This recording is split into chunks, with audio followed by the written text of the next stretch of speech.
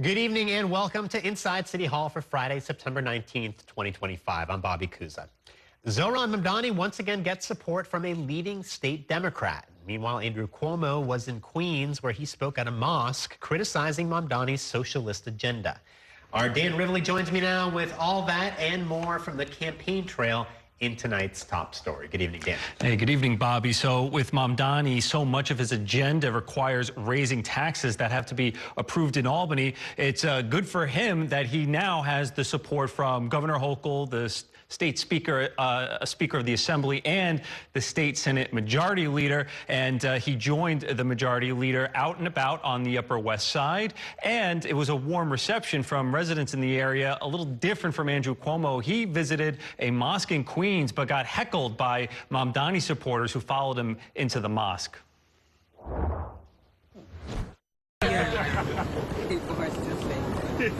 Zohran Mamdani walking around the Amsterdam public houses on the Upper West Side with Andrea Stewart-Cousins, the state Senate Majority Leader who grew up here. More support from top Democrats. I voted for you. We're so excited about you. And a few New Yorkers, too. They deserve those representatives to work together. Mamdani promised a warmer relationship between City Hall and Albany as lawmakers consider raising taxes to cover potential federal aid cuts, as well as the mayoral frontrunners' policies. We understand that affordability is the key. Mamdani's reception much warmer than the one Andrew Cuomo received. Shame on you! Shame on you! Shame on you! From a group of Mamdani supporters at this Queens mosque. They heckled him as the former governor tried to address the congregants about Mamdani and his soft approach to prostitution and drug use. I don't shake any hands. See there, I don't shake their hand. After he left,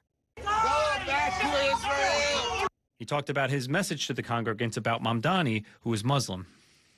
What he believes is going to be repugnant to the Muslim community.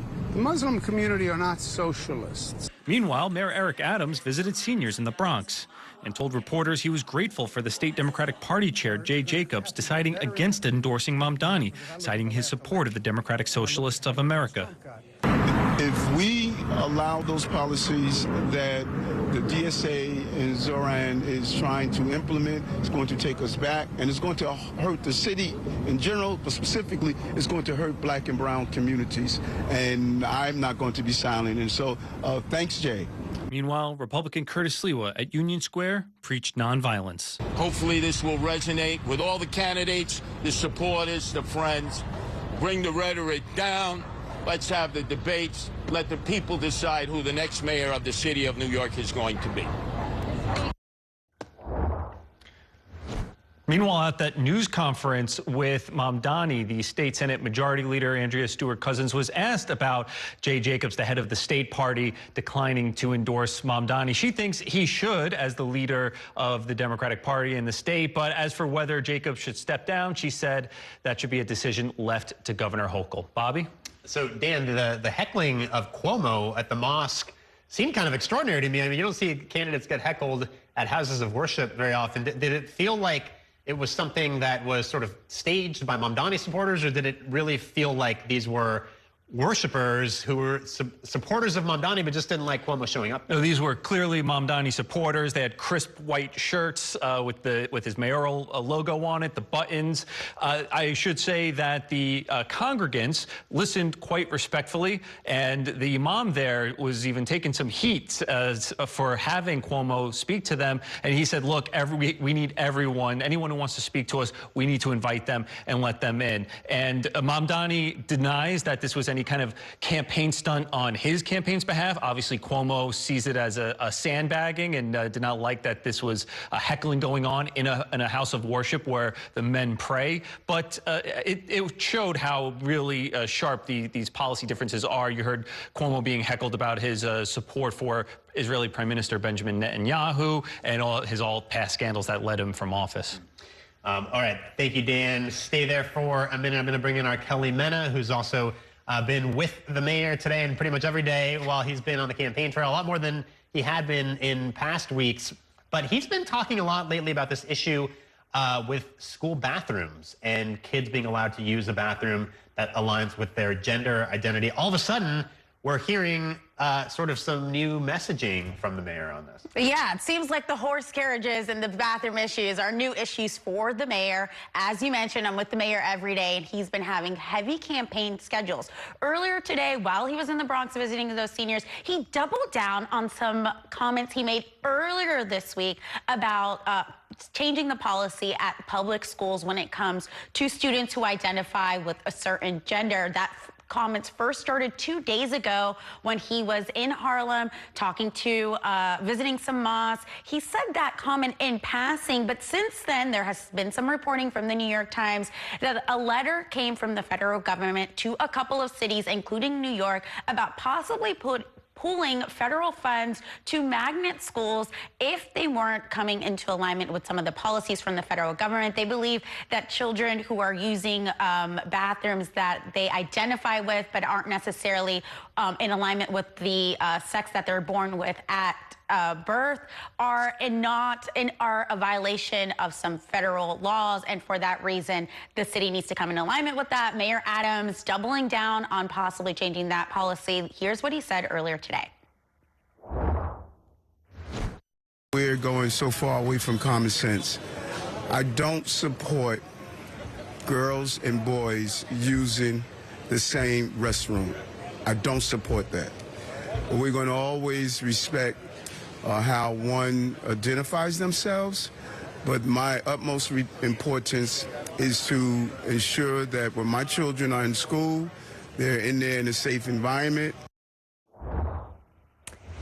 Yeah, and that is actually the mayor from earlier this week, not earlier today, but that now becoming a real controversial stance for the mayor, saying that it now is aligning with many of the policies coming out of the Trump administration, more Republican, more conservative views. We know that the mayor says he's a Democrat, but he's obviously, with these statements, maybe appealing to a broader voter base as he seeks that second term in office and is trying to hopefully get voters to bring him out of the single digits when it comes to the polls and maybe into the double digits, Bobby. But then there's the other question of what authority he has to change the bathroom policy at city schools, right? Because there's some sense that if he were to change the policy, that could run afoul of some other state laws, right? Yeah, that's right. That there is actually state policy that specifically says children in public schools are required to use the restroom that they identify with their gender, and that it's not the federal policies that are coming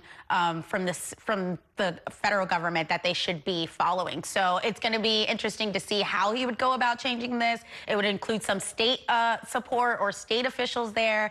I don't think this is something that they're looking to change anytime soon. So unclear why the mayor feels like this is something that is even achievable or something that could get done within the next couple of weeks or next couple of months. All right, we're going to leave it there. Dan Rivoli, Kelly Mena, thank you for joining me. And before we head to break, a preview of this week's Off Topic on Politics podcast. Ayanna Harry joined Kelly and me to talk about the mayor's race and Mayor Adams' support for banning horse carriages. Here is part of our conversation. That Marist poll found 88% of city voters say the city is not affordable. Like 88%. That's almost 9 out of 10 people. Zohran Mamdani's talking to that, and he's talking to issues that people really care about. And when you're not backing him, I think to some voters it feels like, well, you don't get what's going on in my life, and you're not talking about what impacts me on a daily basis. And I do think it starts to raise questions as to, well, why are you there anyway? And why can't we try something new? Why can't we do something different? And you can catch the full podcast episode wherever you get your podcast and on New York One's YouTube channel. The episode will also air on New York One this Saturday night at 9:30 p.m. following the You Decide podcast with Errol Lewis. And speaking of podcasts, a reminder that Off Topic on Politics is hosting a special live crossover event with You Decide right here in Chelsea on Monday, September 29th. I will join Errol and our Courtney Gross for a conversation alongside some special guests. It's happening at Racket NYC, and it is free to attend, but you do need to RSVP. Head to NewYork1.com or the Spectrum News app for more information. It is time for a break. We got a lot more coming up in tonight's show. Up next, President Trump says he wants to remove the federal prosecutor investigating State Attorney General Letitia James. We will explain, and later State Senator Julia Salazar joins me to discuss her arrest yesterday while protesting against ICE in Lower Manhattan. Stay with us.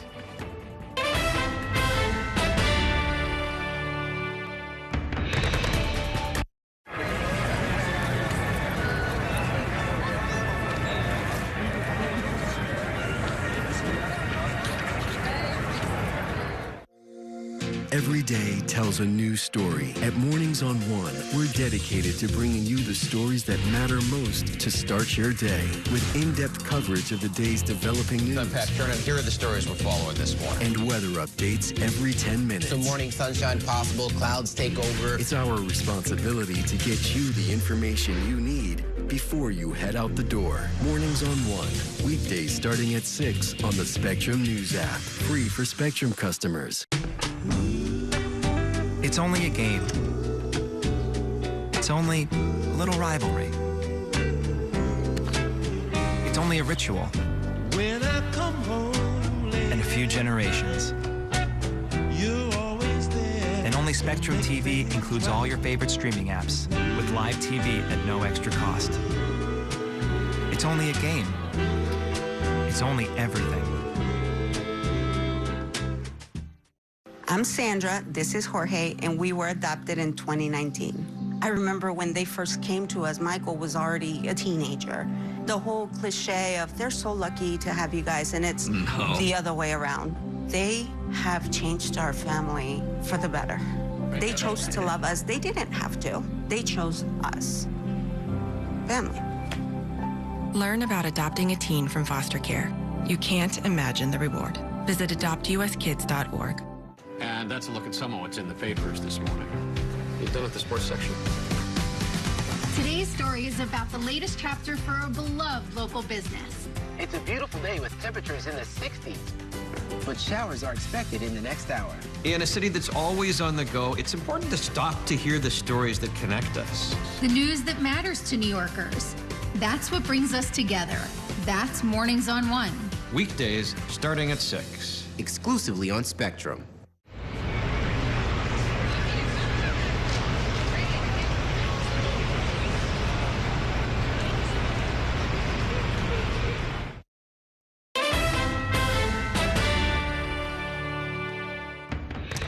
Welcome back to Inside City Hall. President Trump plans to fire the attorney whose office had been investigating mortgage fraud allegations against New York State Attorney General Letitia James.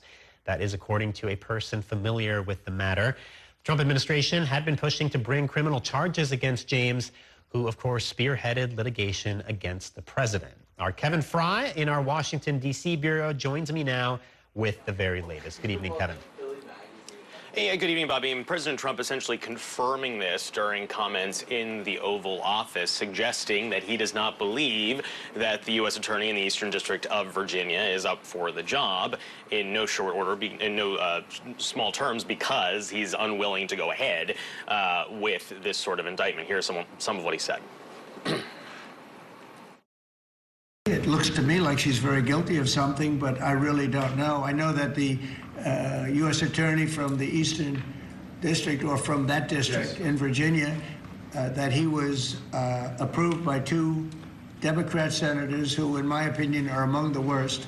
So you want him fired? You want him out? Yeah, I want him out, yeah. Of course, James has been accused by a Trump appointee of mortgage fraud. This is something that same appointee has accused a variety of individuals of. It seems to be kind of a new favorite tactic of the Trump administration. And critics say this is really just an avenue for them to pursue retribution against some of Trump's perceived enemies. Of course, as you mentioned, Bobby, Tish James did succeed with that civil case against Trump in the lead up to the 2024 election. So, Kevin, the president likes to talk about it, certainly as he was on the lead up to the election last year, talked about the political weaponization of the justice system. It would certainly seem now that he's in office to be something very similar that he's trying to carry out against Letitia James. And arguably a bit more blatant in some of what he's doing. At least that's what the critics of this White House would say, that they're essentially trying to turn the DOJ against individuals. But the fact that you have folks that are within the apparatus of the Department of Justice trying to push back, unwilling to move ahead, is creating all sorts of obviously, shall we say, musical chairs when it comes to people and people getting kicked out. Remember, we saw some of this sort of same dynamic where you saw pressure on local U.S. attorneys and local officials within local U.S. attorneys' offices involving the Eric Adams case and the corruption charges there. Kevin, let me ask you about a different topic. We know the Republicans are trying to get through some measures to create funding for the government in order to avert a government shutdown, but that is running into some resistance in the Senate. What's the latest? Yeah, so obviously we have a ticking clock here that's leading up to the end of the month when we are facing the potential for a government shutdown. The House Republicans have passed their version of the bill, but it was not able to get the necessary votes to overcome the filibuster over on the Senate side, and that's in no small part because the Democrats are not providing the necessary votes. The Democratic argument here is that if you're going to pass this bill to keep the government open, at least temporarily, they should also go in and fix some of the things that Democrats say are broken based on some of the policies that the Trump administration and Republicans on Capitol Hill have passed, including concerns about access to Medicaid and, notably, an upcoming deadline where we're going to see some of those ACA, Affordable Care Act subsidies start to go away. And so the argument, the campaigning message that you're seeing from Democrats right now goes something like this. Donald Trump and the Republican Party have launched an all-out assault on health care in America. It's unacceptable, unconscionable, un-American, and Democrats are not going to stand for it at all. We don't work for Donald Trump. We don't work for J.D. Vance. We don't work for Elon Musk. We work for the American people. Of course, Republicans counter-argue that Democrats are being irresponsible in their unwillingness to pass this bill and keep the government open. One thing to keep a close eye on here is Senator Chuck Schumer. He faced a lot of pushback earlier this year when he kind of allowed a spending bill to advance then to avoid a government shutdown at the time. He faced a lot of flack from Democrats. He saw his polling go down as you saw Democratic voters wanting to see members of their party put up a fight against Trump. Right now, he and Jeffries are in lockstep in their approach right now to this potential shutdown, basically saying we need these various things to be included for us to get a vote to avoid a shutdown. Kevin, before I let you go, I have some sad news to share with our viewers. This is the last time they are going to be seeing you on our airwaves as you are moving on to undoubtedly greater things. I know you've been with Spectrum News for several years and for New York One as well, covering our New York congressional delegation, keeping up with our congressional representatives down in D.C., holding them to account. And I think, I know I speak for our New York One colleagues and probably for a lot of our audience as well in saying that we are going to be very sad to see you go. That's very kind, Bobby, and hopefully the audience agrees with you. I will say that for a small-town boy from Pennsylvania who got his start working in the halls of the Louisiana State Capitol, to be in Washington covering such a powerful congressional delegation on day after day for such a beloved institution as New York One is really kind of hard for me to wrap my head around. And one thing I do want to emphasize is that you see me, you see you see all of our great reporters on air every day, but you don't see the people behind the scenes. And so just to give them a shout out in particular, Bob, Maria, Charlie, Chloe, Afia, Mike Kurtz, and Richie, and I'm going to be undoubtedly missing some folks. A big thank you to all of them because they keep me sane and keep me running and keep the show on the tracks, and they undoubtedly make me better every single day of my time with New York One. So, Bobby, thank you to you, and thank you to all of our viewers as well. All right, you're going to be leaving a big hole that will be difficult to fill. But again, good luck, Kevin, on all your future endeavors. I'm sure much greater things are ahead. Thanks, sir. All right, it's time now for a break. Coming up, the proposals to build new casinos here in the city have raised a number of community concerns, including about traffic. We will bring you a report on how developers plan to mitigate traffic next. Stay with us.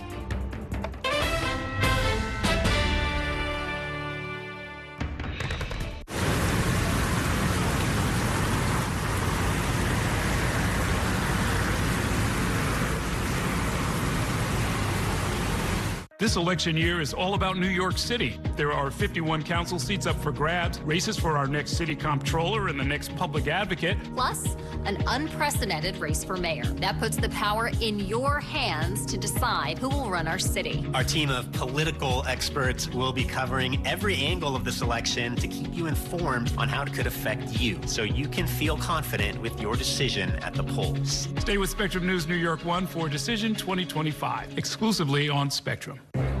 Spectrum TV, isn't that only live TV? No, it's only all my favorite streaming apps with live TV. Okay. It's only all included at no extra cost, and that's the magic of math. Will this be on the test? Sure, why not? It's only one simple payment for all our TV. We gotta simplify and win. Winning is equally important. If not, more so. Yeah! Only Spectrum TV, fixed TV. Mom was always organized, but she started forgetting to pay her bills on time. And she'd buy the same gifts over and over. Telling the girls about my Alzheimer's diagnosis was really hard. At first, we had our cries, but then we were like, okay, let's make a plan. Early detection gave us time to adapt together. It's so important for you to think about what you can do and making the most of what you have. If you or your family are noticing changes, it could be Alzheimer's. Talk about seeing a doctor together. From my time growing up in Queens watching New York 1 to my time reporting here, I've seen how quickly a story can change. At News All Day, we bring you the news as it's happening, from around the boroughs to local government to your neighborhood. Because our city never stops moving. 3, 2, 1. Hi, I'm Shannon Ferry with the day's developing stories. But first, stay up to date and informed with News All Day, weekdays from noon to 4.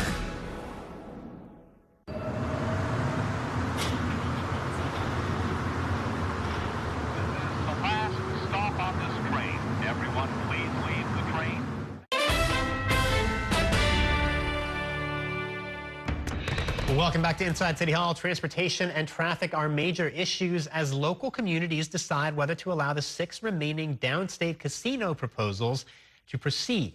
Each has a plan to mitigate traffic and to improve transit. New York 1 transit reporter Samantha Liebman takes a closer look.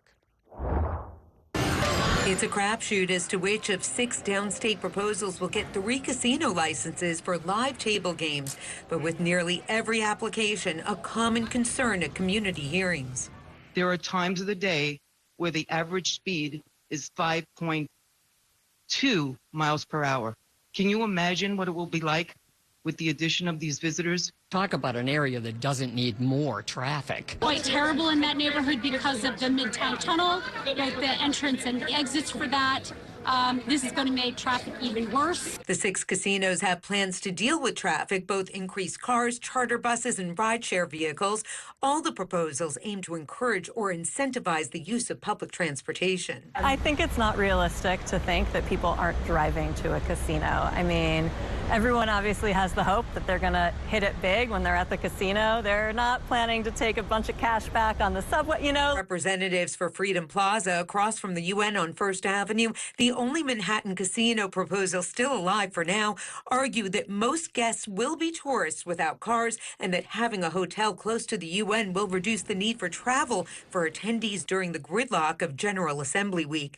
The plan in part includes no on-site staff parking, even offering employees passes for mass transit, an entrance along the FDR, not First Avenue, free shuttles to Grand Central and the nearby ferry, and a 24/7 on-site traffic manager. Others, like the Coney on Coney Island, which plans for limited parking on already hard-to-park Coney Island, say having 4 subway lines will reduce traffic. The Coney and Metropolitan Park by Citi Field also advocate for new nearby ferry service. The Coney offers to put up money for it, but getting new routes, whether it's the subway or ferry, hasn't been easy. We've seen throughout New York City history how difficult that can be, so I'm not holding my breath. The Queens proposals, Metropolitan Park, backed by Mets owner Steve Cohen, and Resorts World, are close to highways and mass transit. Cohen's project promises to overhaul the Willets Point 7 and LIRR stations. I still drive my car. You know why? Because I can't walk up those steps at the 7 Line or the Long Island Railroad. Metropolitan Park will also add parking garages and revamp the roads to improve traffic flow, as will Resorts World and Empire City in Yonkers near the Bronx border. Resorts World plans to improve the A-train stop at Howard Beach. Both argue they are well equipped to handle traffic since electronic casinos are already operated on their sites. Besides increasing parking, Bally's near the Whitestone Bridge in the Bronx will invest $75 million for a shuttle, additional MTA bus stops, and improvements to a road within Ferry Point Park and the Hutchinson River Parkway. The Community Advisory Committees reviewing the remaining proposals have until September 30th to make a decision on which ones will move to the state for review. A final decision will come in December. Samantha Liebman, New York 1. It's time now for a break. Coming up, we'll be joined by State Senator Julia Salazar to talk about her arrest yesterday while protesting ICE immigration enforcement in Lower Manhattan. Stay with us. We are back in a minute.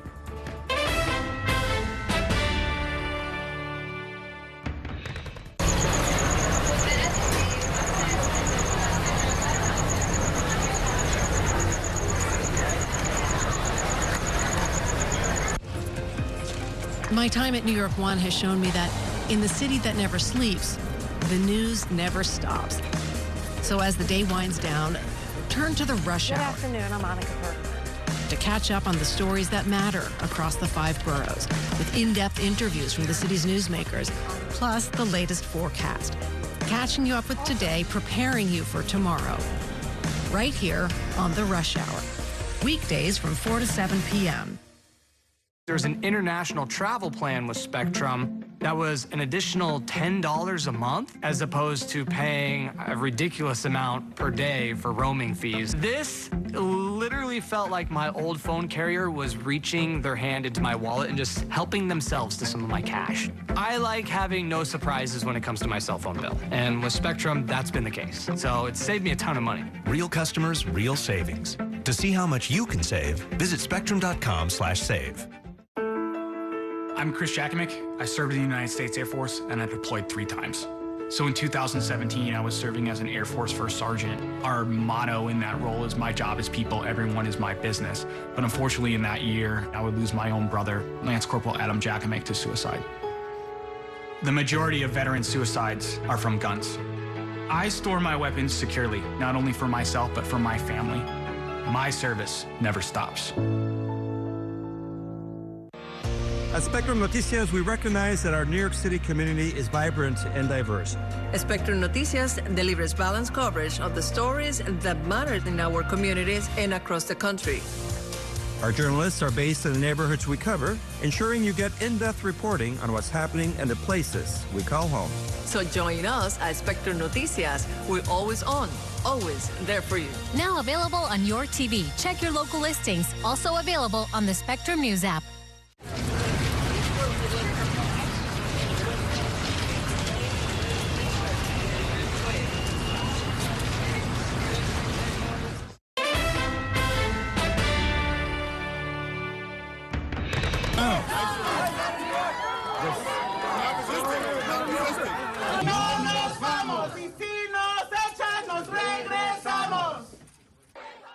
Welcome back to Inside City Hall. That was a look at video from yesterday at 26 Federal Plaza, a focal point for protesters rallying against the Trump administration's immigration enforcement here in the city. More than a dozen elected officials were arrested. Among them, my next guest, State Senator Julia Salazar. She represents parts of Brooklyn, including Bushwick, parts of Greenpoint and Williamsburg, as well as Ridgewood, Queens, and she joins me now. Welcome back to the program. Thank you for joining us. Thank you so much for having me. So let's talk about what happened yesterday. Walk us through this a little bit. You were part of a group of about a dozen state lawmakers who came down to Federal Plaza. I guess first, what was the objective in coming down there yesterday? We know that as elected officials, we have a responsibility to stand up for all of our constituents, regardless of their immigration status. And for far too long, ICE has been, in some cases, unlawfully capturing our constituents, our immigrant neighbors, directly from the courthouses in Federal Plaza, and then holding them unlawfully, it's been determined now, in immigration detention on the 10th floor of 26 Federal Plaza. We went there, myself and other elected officials who went inside to demand that we observe the conditions on the 10th floor to ensure that people are no longer being held in inhumane conditions. The ICE agents there, DHS, they refused to allow us inside, and we said, look, we have to do everything in our power to be able to stand up to this and reject it. And that not only includes fighting for legislative changes, for policy changes, but also going there ourselves and doing everything in our power, even if it involves civil disobedience. Now, you said that they're being held unlawfully. Is that because of the conditions inside of that 10th floor detaining? They object to the idea that it's described as a detainment facility, but it's at least a holding facility. And a federal judge has ruled that they need to change the way that they treat some of those being held there, in part because of this video that leaked out that showed the overcrowded conditions inside. So is that the reason you guys want to be there and to be able to observe what's going on inside? That's exactly right. We want to hold them accountable for what we have learned from leaked video footage, photos, and the numerous accounts of people who have since been released, but were being held for, at minimum, days, some for over a week. And as a judge, as you mentioned, as the judge ruled a couple days ago, a federal judge said that this is not a detention facility, but they are unlawfully treating it as such. And no elected officials have been permitted, including members of Congress. My Congresswoman Nydia Velázquez has previously gone to Federal Plaza to the 10th floor and requested to see the conditions there, and they wouldn't allow her to either. And so we have to continue. I think it's our responsibility as elected officials to continue to demand to see those conditions. When we arrived, it was very clear from ICE agents, DHS, that they were nervous and that they would do anything they could to hide what was behind that door. They even sealed it shut. They zip-tied the door shut. They taped it. And that, which of course is also a hazardous thing to do, but it just demonstrated that they have something to hide. And so you guys were in the hallway outside the doors, and this was not the kind of choreographed civil disobedience where the officers knew you guys were intending to be arrested, right? That's not how this unfolded. Yeah, that's right. We took them by surprise, and we really did want to observe the conditions, even though, you know, we were confident that they wouldn't allow us to. The best possible scenario would have been for them to allow us in to observe the conditions and make sure that none of our neighbors are being kept in inhumane conditions there, and that they're not being kept there overnight at all, because that has been determined to be illegal. But instead, of course, they didn't allow us in, and so federal police, FPS, came in and arrested us. So obviously you were quickly released, but what will be the resolution of the case of your case and those of the other elected officials? I mean, is this the equivalent of like receiving a misdemeanor summons? It is very similar, right? So several of us, perhaps all of us, were given court dates in November, so we will return. We'll go to 500 Pearl Street and have our cases adjudicated. But I'm not terribly concerned about it. I believe we did the right thing, and we knew what the potential consequences would be. What can you do as a state lawmaker? Because obviously this is, you know, federal immigration enforcement. ICE is a federal agency. Is there anything that you think can or should be done on the state level when it comes to immigration enforcement? Absolutely. We should have, this past legislative session, passed a bill called New York for All. Right now in New York City, local law, an executive order actually, prohibits local law enforcement, the NYPD, from collaborating with ICE, from sharing immigration data, information from New Yorkers with the federal government. And we want that to be the case outside of New York City as well. We also know that in New York City, this is sometimes violated, and so there is local legislation called the New York Trust Act that would provide a recourse to people, a private right of action, if their rights are violated in this way, if the local law is violated. But at the state level, we need to pass New York for All to ensure that state and local law enforcement are not collaborating with ICE to kidnap and detain our neighbors and separating families the way they are right now. Our last couple of minutes, let me ask you about politics. You are actually the first member of the Democratic Socialists of America to be elected to the state legislature. And you, of course, support Zohran Mamdani, a fellow lawmaker, fellow DSA member. Have you been surprised at his success in this campaign? I mean, I don't know that anyone, including DSA members, expected him to win this kind of broad support in a citywide race. Yeah, it has been very pleasantly surprising to see him win so decisively in the primary. I'm very confident that he will be our next mayor.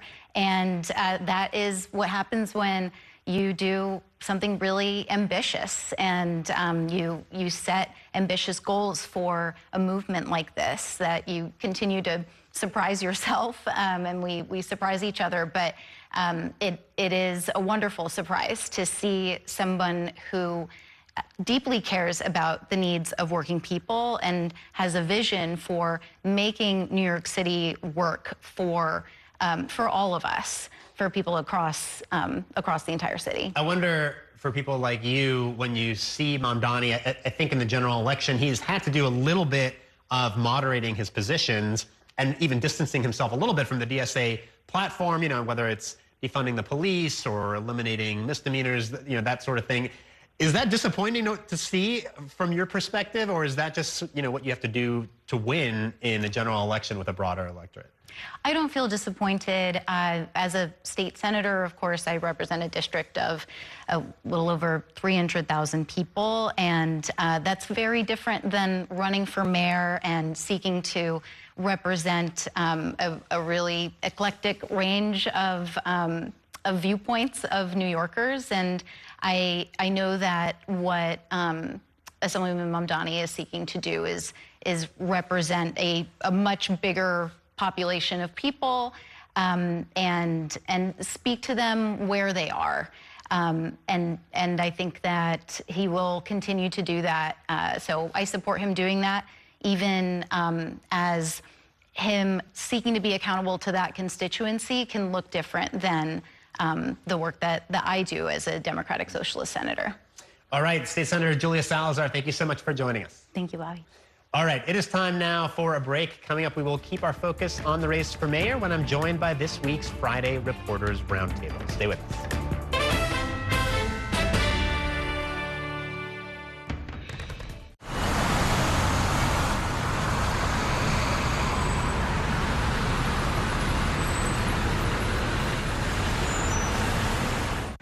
After 30 years of forecasting for New York, I've learned it takes a dedicated team to cover all the weather our city has to offer. I'm so honored to be a meteorologist here at New York One because as a Brooklyn kid, this is the station that I grew up watching. Morning, noon, or night, our team is here to bring you accurate forecasts you can count on, from severe weather updates to our weather on the ones. Watch the New York One weather experts on your TV and on the go with the Spectrum News app. Your entertainment the way you want it. With Spectrum TV, all these streaming apps are included at no extra cost. So you can watch anything. Movies, series, sports, reality, news. Here's a look at today's top stories. Exclusive originals. We await your orders. And even more of your favorites with live TV. Stream across your devices and enjoy anywhere. See you later. Get it all with Spectrum TV. I'm an ex-drug dealer, and I'll be your sub today.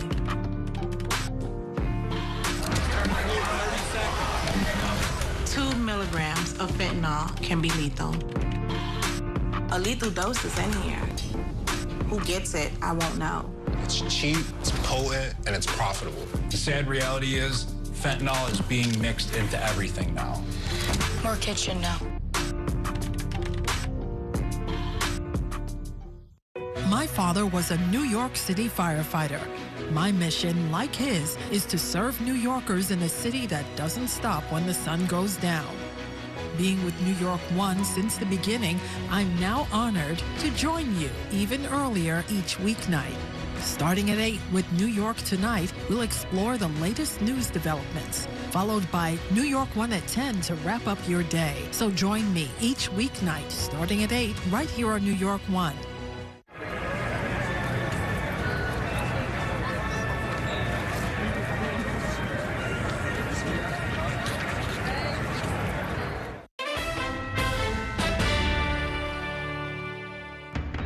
Politics can be more than what we saw under our previous governor. One grocery store in a borough is nonsense. I'm going to say no social workers instead of police. There's something ironic about a person who called for protection for his life, but don't understand why we don't want to defund and disband our police department. I'm excited to welcome Governor Hochul to our movement. That's typical of politicians. Flip-flop. The endorsement you need comes from a voter. I don't believe these political endorsements amount to anything. The races are won within 3 to 4 weeks. There's flotsam and jetsam everywhere, garbage. We got to power spray the streets. Not only would they not let us in, they duct taped and wire-tied the door. It is insane that you would have a president that demonizes a community. He has a romantic view of what the city can be and should be. Something changes and people begin to feel hope. Welcome back to Inside City Hall. That was a look back at this week's top stories, including some of the moments from the campaign trail. And joining me now to discuss the race and more are two top journalists in our Friday Reporters Roundtable.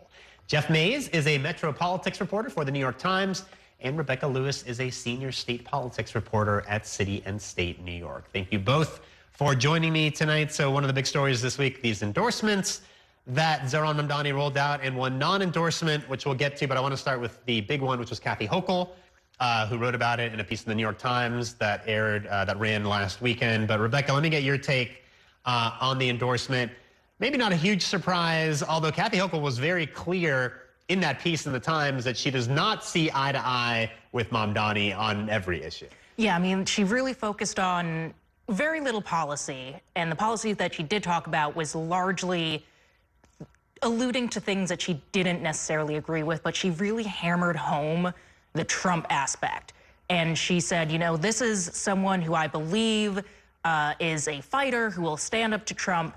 And, you know, when you look at it for her politically as well, she's facing a challenge from her left. She also did not perform terribly well in her first election in 2022.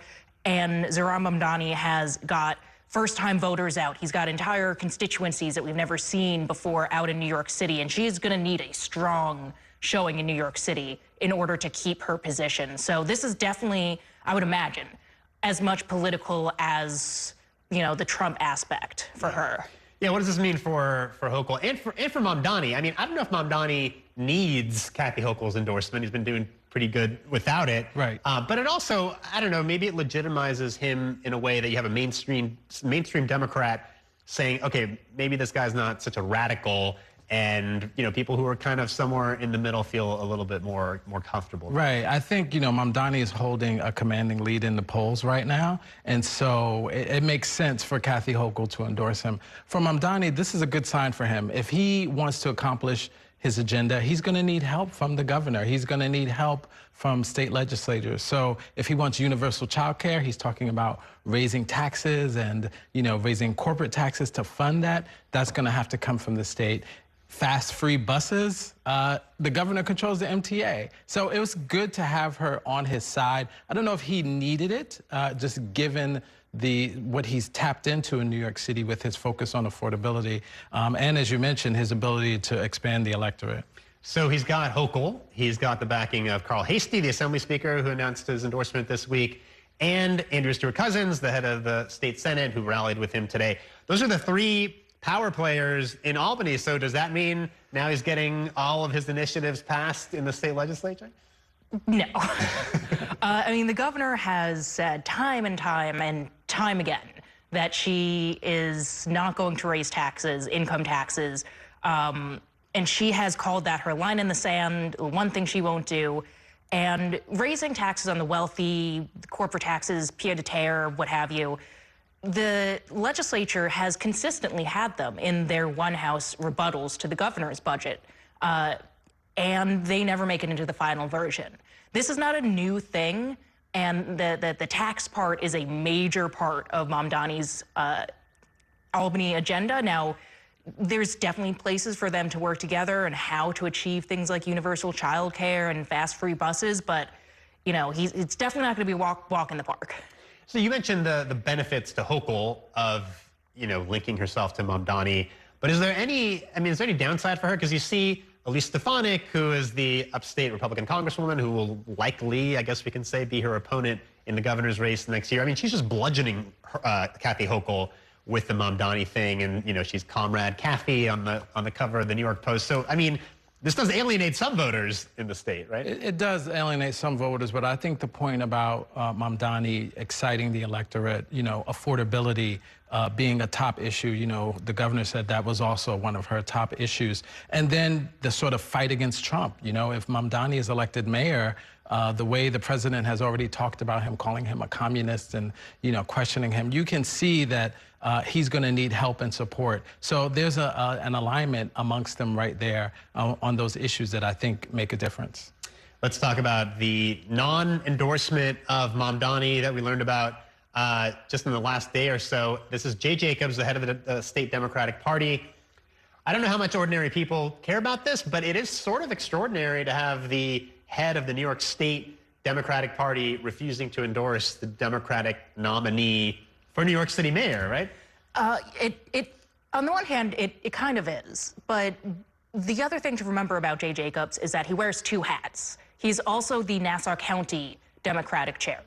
And this endorsement of Mamdani did not play well in the suburbs. The suburbs, especially Long Island, which have been trending Republican because of policies coming out of Albany, they do not like Zohran Mamdani. The independent voters, the swing voters who decide elections don't like him. And so for Jay Jacobs, I think he probably found himself in a very tough spot he's the leader of the party, and the governor, ostensibly his boss, just endorsed this guy who kind of goes against his own views on the party and what plays well in his neck of the woods. Crucial swing district congressional seats on Long Island that are going to be up again next year. You know, it's a tough spot, and I think that maybe it was the smarter thing to do for him to publicly distance himself while the governor still supports him. Right. All right, you guys, hold it there. We got to take a quick break. I will have much more to talk about with these reporters when we come back. Stay with us.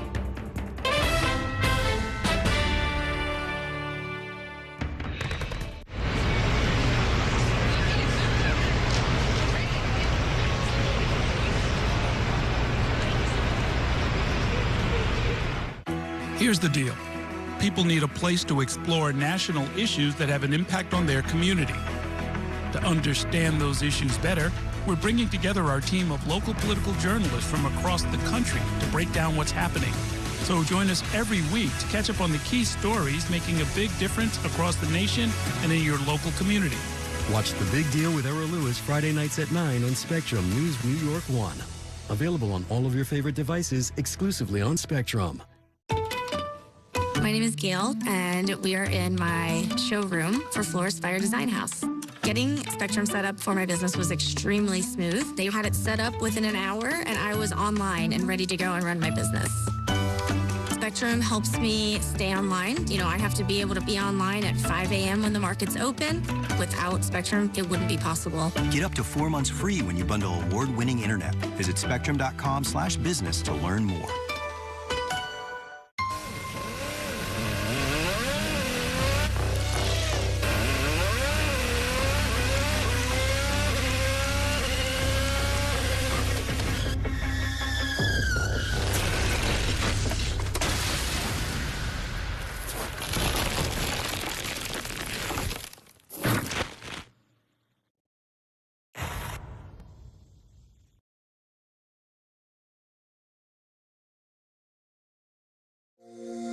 Every day tells a new story. At Mornings on One, we're dedicated to bringing you the stories that matter most to start your day. With in-depth coverage of the day's developing news. I'm Pat Turnham. Here are the stories we're following this morning. And weather updates every 10 minutes. Some morning sunshine possible, clouds take over. It's our responsibility to get you the information you need before you head out the door. Mornings on One.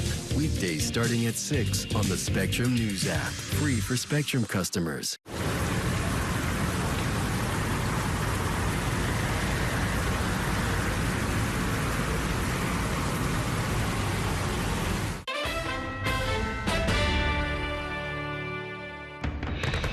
Welcome back to Inside City Hall. I'm joined once again by two top journalists in our Friday Reporters Roundtable, politics reporter Jeff Mays of the New York Times and Rebecca Lewis, the state politics reporter from City and State New York.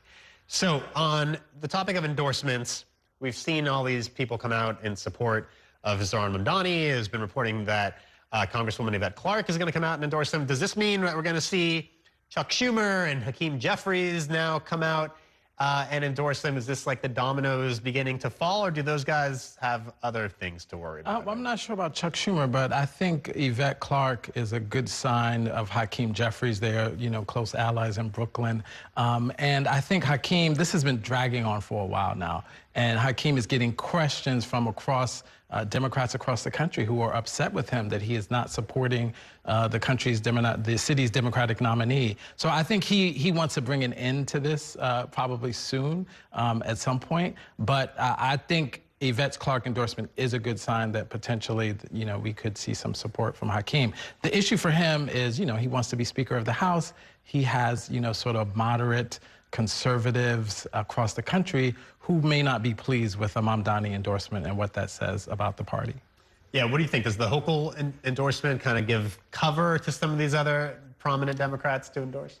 It's really hard to say. I mean, especially with Jeffries, he has a history with the DSA as well. There's some internal Brooklyn politics between him and particularly State Senator Jabari Brisport. There's been some clashing. There might be some animosity. Now, Mamdani is quite good at mending those bridges or mending those fences and building those bridges.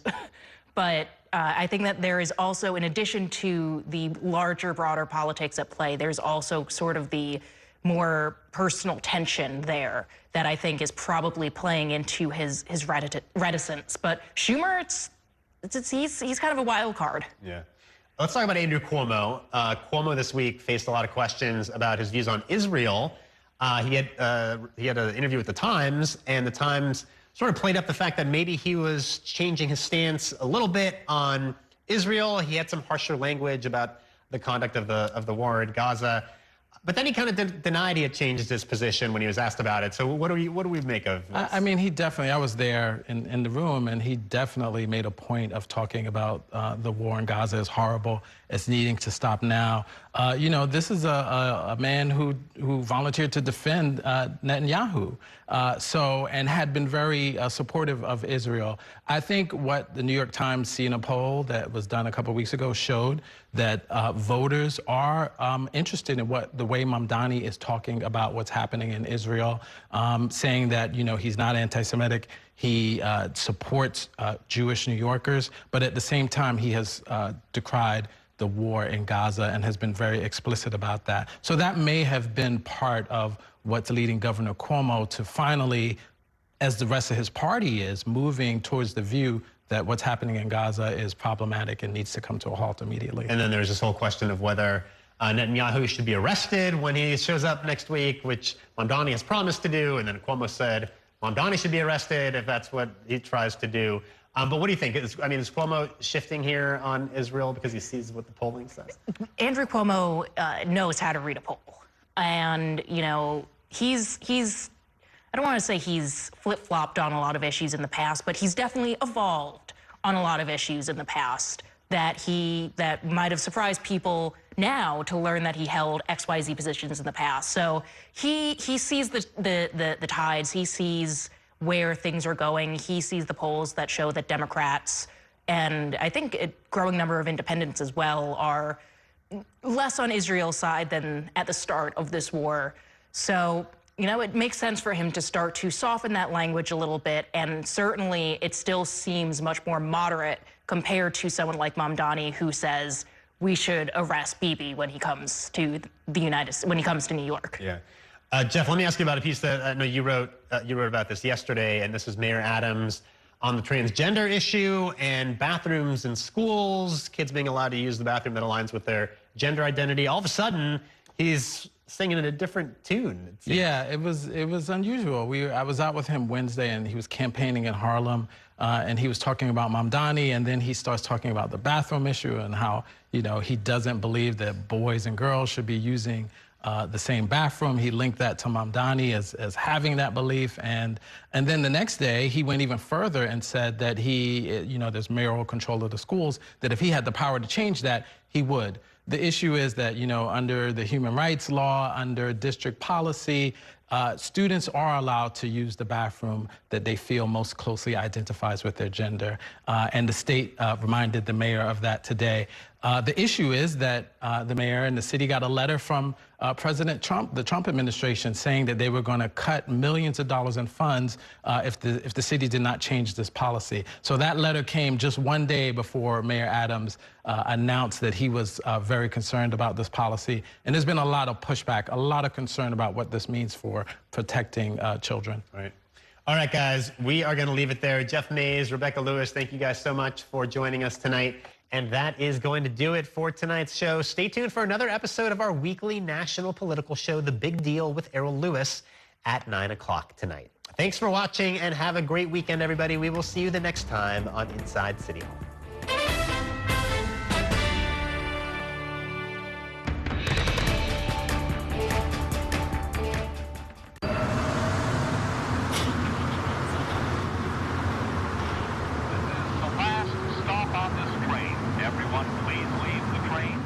And that's a look at some of what's in the papers this morning. You done with the sports section? Today's story is about the latest chapter for a beloved local business. It's a beautiful day with temperatures in the 60s, but showers are expected in the next hour. In a city that's always on the go, it's important to stop to hear the stories that connect us. The news that matters to New Yorkers. That's what brings us together. That's Mornings on One. Weekdays starting at 6. Exclusively on Spectrum. My name is Gail, and we are in my showroom for Florist Fire Design House. We are a full production wedding and event company that focuses on florals. Getting Spectrum set up for my business was extremely smooth. They were here the same day, had it set up within an hour, and I was online and ready to go and run my business. You know, I have to be able to be online at 5 a.m. when the market's open. And if I'm contacting a merchant via email or placing an order online, without Spectrum, it wouldn't be possible. One more row. Spectrum is reliable, they're committed, they're fast, and they really take care of me as a business owner. Last year, when the really bad hurricane came through, our internet stayed the entire time. One of the businesses down the street, she was like, wait a minute, how are you still online? And I was like, Spectrum, baby. You gotta get Spectrum. Get award-winning internet for your business. Up to 4 months free when bundled. Visit spectrum.com/business to learn more. This election year is all about New York City. There are 51 council seats up for grabs, races for our next city comptroller and the next public advocate. Plus, an unprecedented race for mayor. That puts the power in your hands to decide who will run our city. Our team of political experts will be covering every angle of this election to keep you informed.